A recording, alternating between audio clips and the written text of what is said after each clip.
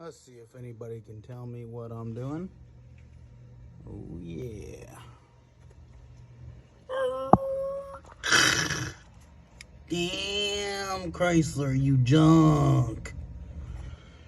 Chrysler junk. Yeah, we got to take out this camshaft and replace it, and we're going to replace all the rockers. Every other camshaft checks out. Then we're going to flush the motor because it's got some metal in it. So we'll be getting that all cleaned up and replacing that. You can do this without even removing the timing chain or anything. I do many of them all the time. Super easy to do. Man, I'll tell you what, that Cam was just eating that baby. He was hungry. Damn. Got her out. Man, let's take a look at this.